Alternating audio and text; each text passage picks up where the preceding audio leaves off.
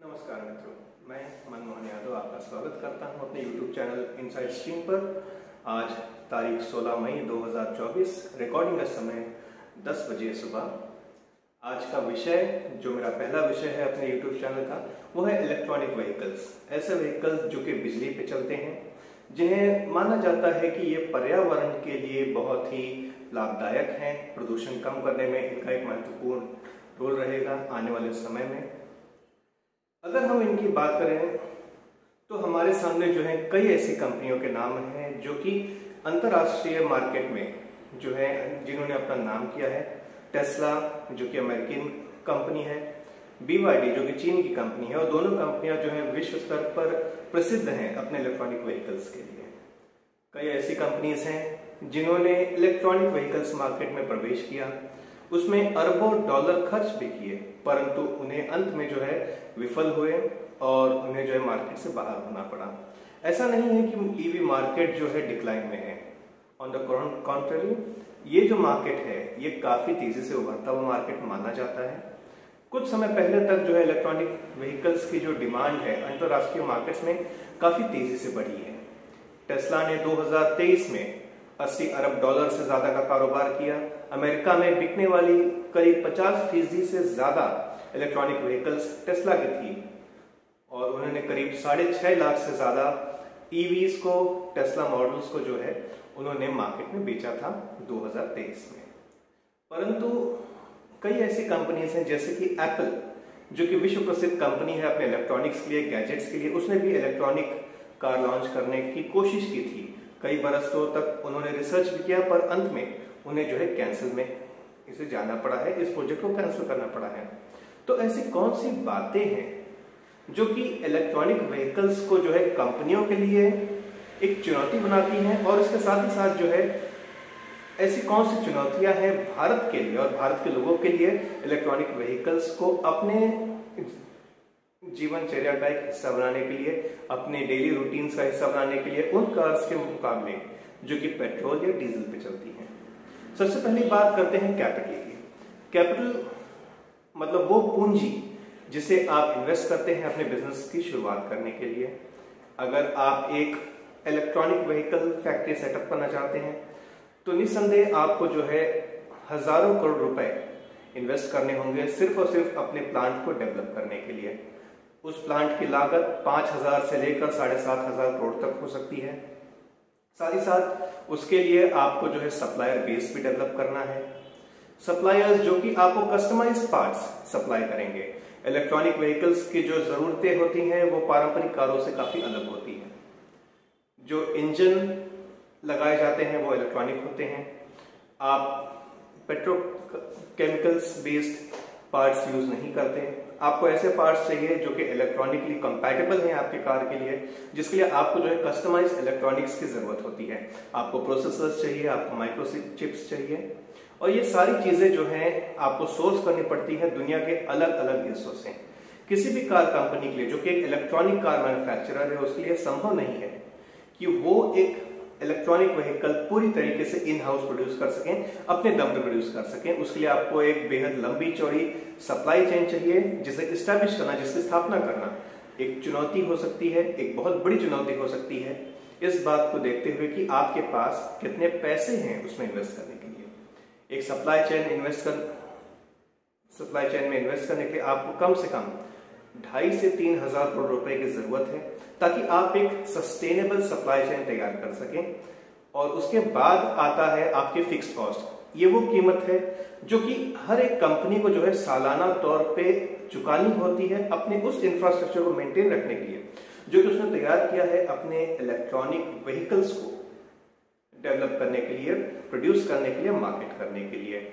यहाँ पे उनके इलेक्ट्रॉनिक कंपोनेंट्स हैं, यहाँ पे उनके जो है डेली अपग्रेड्स हैं, सॉफ्टवेयर हैं जो कि आपको जो है अपने कार्स के लिए समय समय पे देने पड़ते हैं अपने कंज्यूमर्स को। तो यहाँ पे जो चुनौतियां हैं वो सबसे पहले उनकी शुरुआत होती है कैपिटल से, पैसे से। अगर हम इनका एक तरीके से एडिशन करें तो 5,000 से 7,500 करोड़ इनिशियल इन्वेस्टमेंट, करीब 2,500 से 3,000 करोड़ रुपए आपका सप्लाई चेन, और 1,000 करोड़ से 1,200 करोड़ रुपए आपके एनुअल मेंटेनेंस कॉस्ट में ही जाते हैं। इसके अलावा जो है आपके सामने जो चुनौतियां आती हैं वो आती हैं एनवायरमेंटल रेगुलेशंस को लेकर के। इलेक्ट्रॉनिक कंपोनेंट्स को बनाना एक काफी पोल्यूटिंग काम है। हर जगह इनका प्रोडक्शन संभव नहीं है और जहां कहीं भी इनका प्रोडक्शन किया जाता है उस देश के और वहां के रीजनल गवर्नमेंट से जो है आपको कई इन्वायरमेंटल परमिशंस लेनी होती हैं, कई रेगुलेशंस होते हैं जो कि आपको मीट करने होते हैं और उसके बाद में जो है आपका कार का प्रोडक्शन शुरू हो सकता है। हमारे सामने कंपनियों का उदाहरण है जैसे कि विवियन और ल्यूसिड। इन कंपनियों ने जो है 10 अरब डॉलर से ज्यादा अपने इलेक्ट्रॉनिक व्हीकल्स को डेवलप करने में खर्च किए हैं, पर इन्होंने जो है अभी तक एक ऐसा मॉडल प्रोड्यूस नहीं किया है जो कि मार्केट में जो है टेस्ला और BYD जैसी कंपनियों को चुनौती दे सके। हमारे पास इसके अलावा और भी कई चुनौतियां आती हैं इलेक्ट्रॉनिक व्हीकल्स के लिए, जिसमें खास तौर पे आता है उनके अंदर इस्तेमाल होने वाली बैटरियां। लिथियम आयन बैटरीज जो कि इलेक्ट्रॉनिक व्हीकल्स में इस्तेमाल की जाती हैं, उनका उत्पादन बेहद मुश्किल है। लिथियम आयन जो है बड़ी ही मुश्किल से मिलने वाला पदार्थ है और इसके उत्पादन में, इसके प्रोसेसिंग में काफी ज्यादा पोल्यूशन होता है।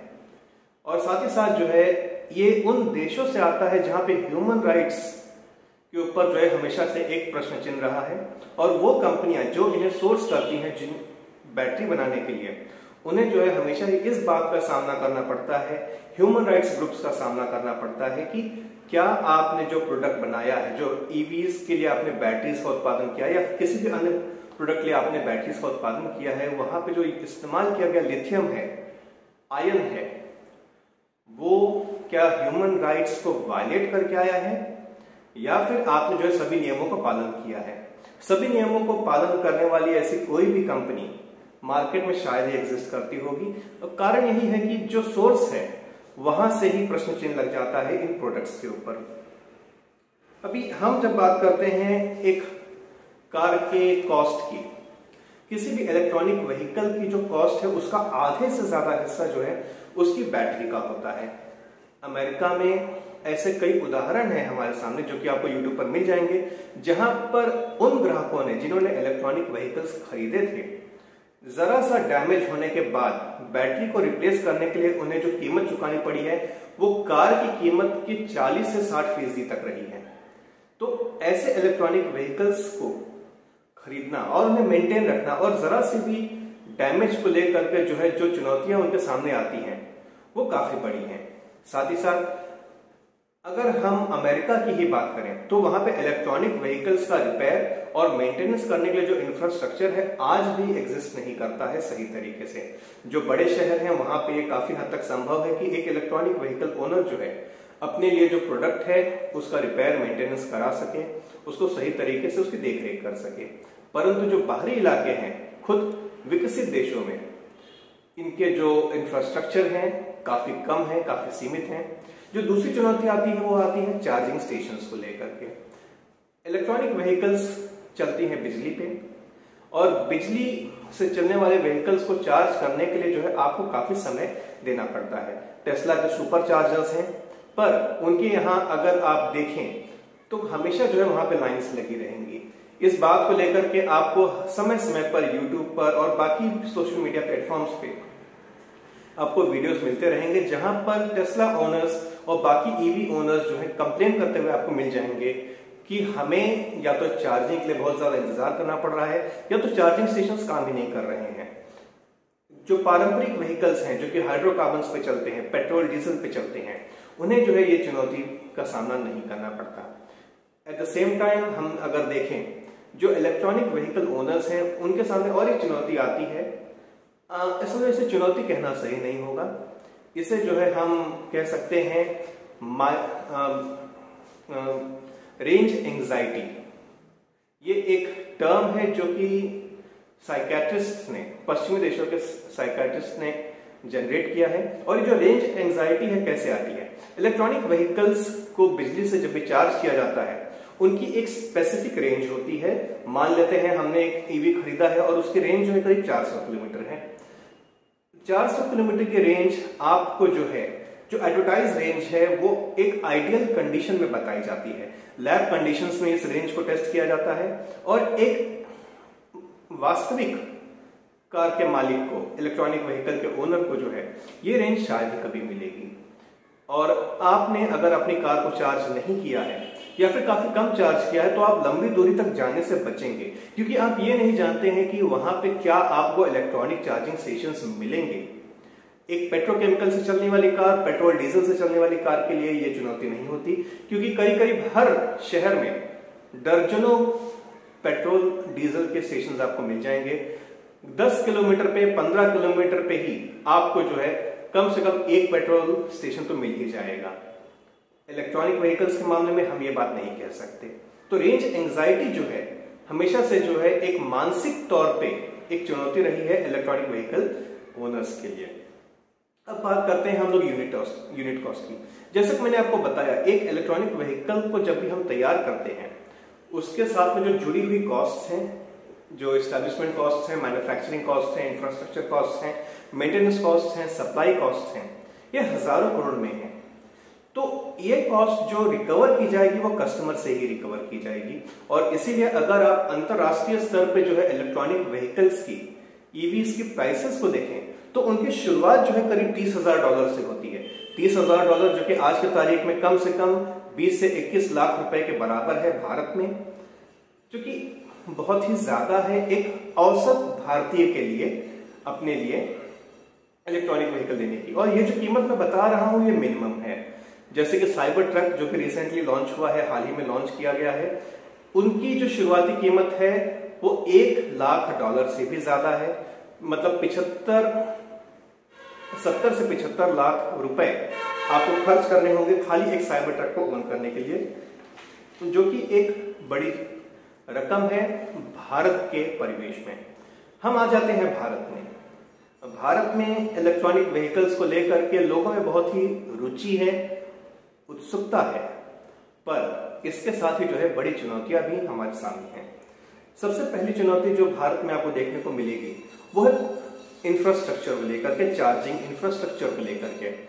आपने कहीं भी विजिट किया हो, कहीं आप घूमने गए हो या फिर अपने दिनचर्या के दौरान जो है आपने जो है घर के बाहर जो है किसी भी कार्यक्रम में भाग लिया हो, आप शायद ही कहीं भी इलेक्ट्रॉनिक व्हीकल्स के लिए चार्जिंग स्टेशन पाएंगे।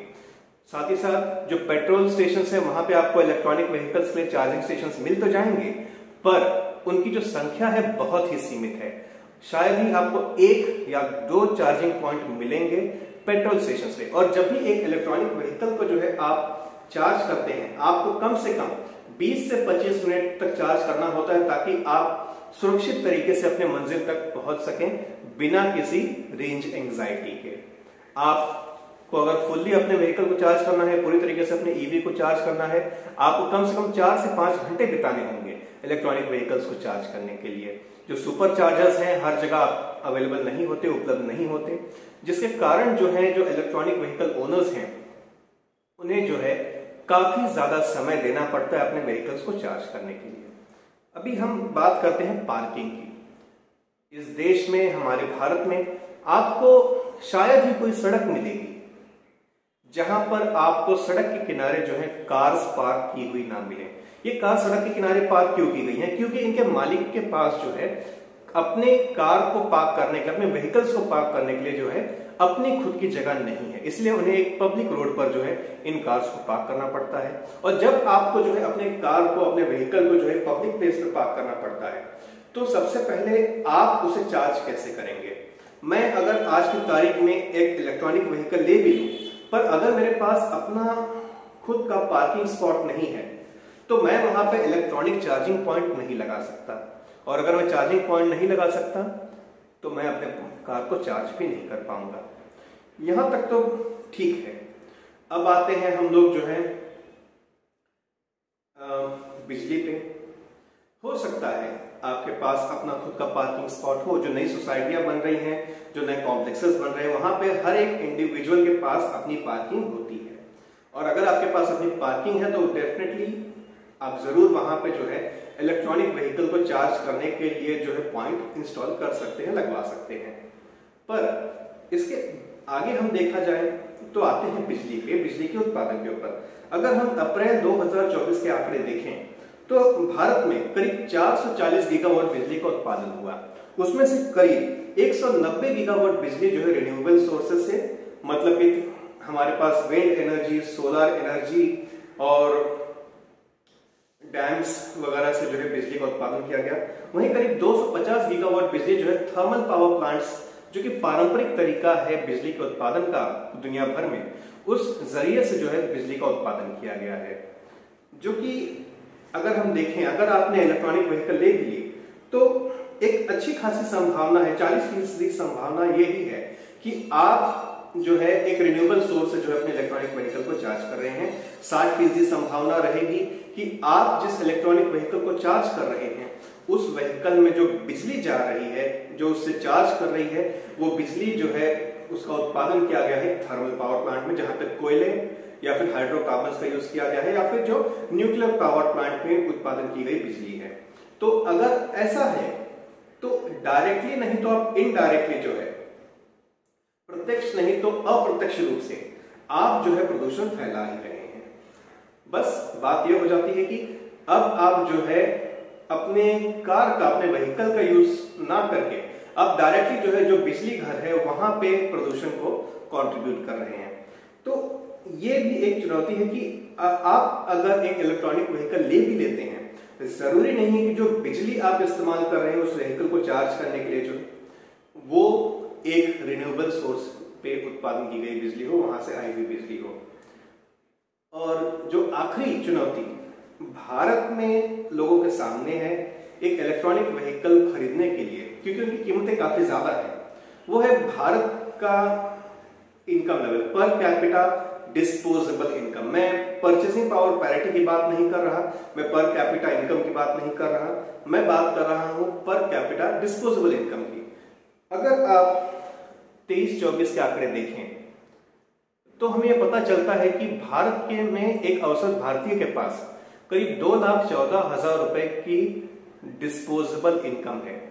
2,14,000 कि अगर आपके पास औसत डिस्पोजेबल इनकम है, आप इससे समझ सकते हैं कि एक औसत भारतीय जो है ईवीज को खरीदने के खाली सपने देख सकता है, क्योंकि एक ईवी को खरीदने के लिए, एक इलेक्ट्रॉनिक व्हीकल को खरीदने के लिए उसे औसतन अपने 9 बरस की पूरी आय लगानी होगी कि वो एक ईवी खरीद सके। और इलेक्ट्रॉनिक व्हीकल्स की जो कीमत है वो आपको भविष्य में रिसीव नहीं होती, मिलती नहीं है। इसे आप कुछ इस प्रकार समझें कि जब भी आप एक सेलफोन खरीदते हैं, वो एक इलेक्ट्रॉनिक डिवाइस है जिसे आप चार्ज करते हैं। जब वो नया होता है उसकी कीमत शायद 20,000 हो सकती है, पर 2 या 3 साल होने के बाद जब उसका सॉफ्टवेयर पुराना हो जाता है, इलेक्ट्रॉनिक कंपोनेंट्स पुराने हो जाते हैं, बैटरी पुरानी हो जाती है, उसकी आपको जो है 20 से 25% कीमत ही मिलेगी। इलेक्ट्रॉनिक व्हीकल्स के मामले में भी यही सच है। कोई भी इलेक्ट्रॉनिक व्हीकल जो है अपनी कॉस्ट को रिटेन नहीं करता है। कॉस्ट को रिटेन करने का मतलब यह है कि अगर आपने एक रकम उस इलेक्ट्रॉनिक व्हीकल के ऊपर खर्च की हुई है, आप उसका एक बड़ा हिस्सा रिकवर कर पाए उसे मार्केट में रीसेल करके। इलेक्ट्रॉनिक व्हीकल्स अपने कॉस्ट को रिटेन नहीं कर पाते, अपने प्राइस को रिटेन नहीं कर पाते, और उसका कारण यही है कि वो एक इलेक्ट्रॉनिक डिवाइस है। उसकी बैटरियां समय के साथ पुरानी होती हैं, उसके इलेक्ट्रॉनिक कंपोनेंट्स समय के साथ पुराने होते हैं, उसका सॉफ्टवेयर समय के साथ पुराना होता है, और कंपनियां करीब 2 से 3 साल के बाद जो है सॉफ्टवेयर का अपडेट देना बंद कर देती हैं। उनकी मेंटेनेंस समय के साथ बढ़ती जाती है, उनमें जितना ज्यादा आपको रिपेयर करना होगा आपको उतनी ही ज्यादा कीमत भी चुकानी होगी। इसके रिपेयर कंपोनेंट कॉस्ट, इसके इंफ्रास्ट्रक्चर कॉस्ट, इसके मेंटेनेंस कॉस्ट बहुत ही ज्यादा हैं, और इसके चलते ही हमारे देश में एक इलेक्ट्रॉनिक व्हीकल को अडॉप्ट करना, उसे खरीदना, उसे मेंटेन करना और उसे चलाना एक औसत भारतीय के लिए जो है एक बड़ी चुनौती से कम नहीं हो सकता। तो आने वाले समय में हो सकता है इस परिस्थिति में कुछ सुधार हो, परंतु आज के वर्तमान परिवेश में, आज के वर्तमान माहौल में, आर्थिक माहौल में और ऊर्जा उत्पादन के स्रोतों को देखते हुए आज के समय में यह संभव नहीं लगता है कि हम इलेक्ट्रॉनिक व्हीकल्स को जो है भारत में अडॉप्ट कर पाएंगे। हो सकता है जिन लोगों के पास आर्थिक क्षमता है वो इन्हें खरीदें, इनका इस्तेमाल करें, पर एक औसत भारतीय जो है ऐसा आज की तारीख में कर पाए, ऐसा संभव नहीं लगता निकट भविष्य में। तो ये था मेरा दूसरा वीडियो। उम्मीद है आपको जो जानकारी मैंने दी आपको समझ में आई होगी ठीक से, और अगर मैंने इसमें कुछ गलती की होगी तो आप जरूर बताएं मुझे। अगले वीडियो में मैं उन्हें रेक्टिफाई करने की जरूर कोशिश करूंगा। मैंने जितना हो सके अपनी तरफ से अपने नजरिए को सामने रखा है, और जितनी सरल भाषा में हो सके मैंने जो है इस जानकारी को आप तक लाने की कोशिश की है। आज के लिए बस इतना ही। अगले वीडियो में फिर मिलते हैं। नमस्कार।